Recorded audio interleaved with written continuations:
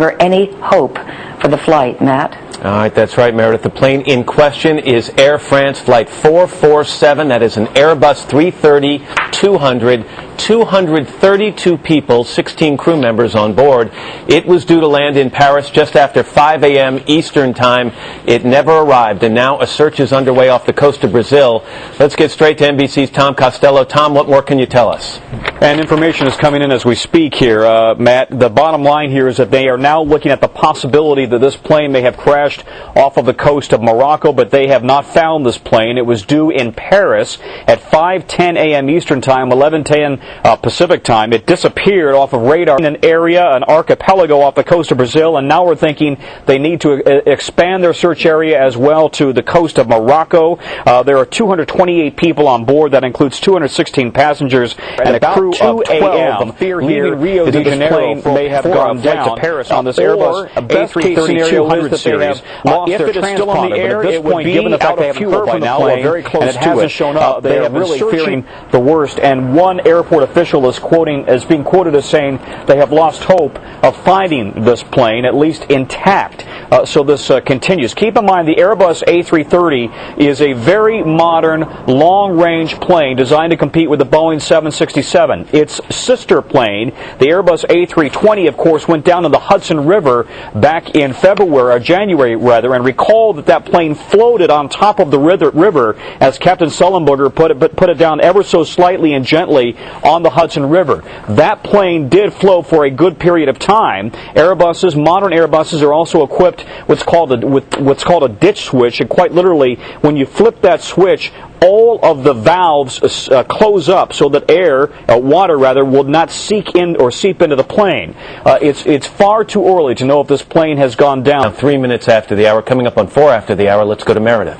But at the moment, that is what they are presuming, and the fear is that there may be people in a best-case scenario who are on the ocean right now awaiting rescue. In a worst-case scenario, that we may have fatalities and casualties. But we're waiting for more information from Paris and an Air France news conference any moment now. Back to you. And just, Tom, just to reiterate, there was no distress signal.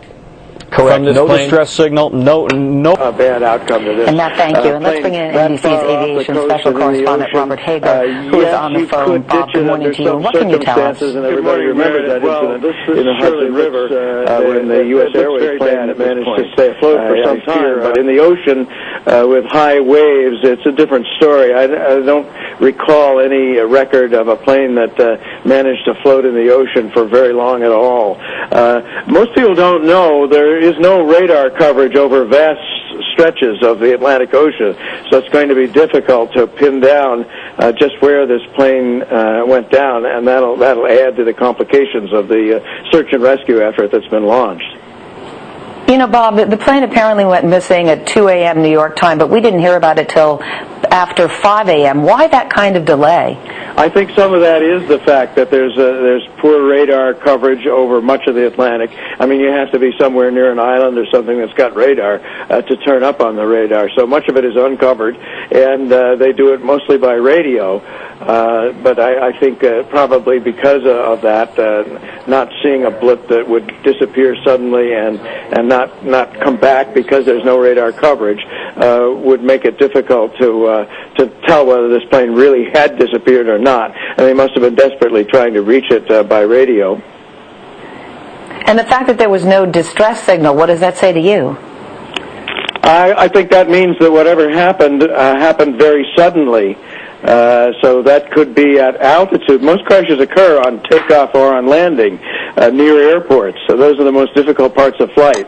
Accidents at altitude, that is at full altitude, such as this one apparently happened, they're very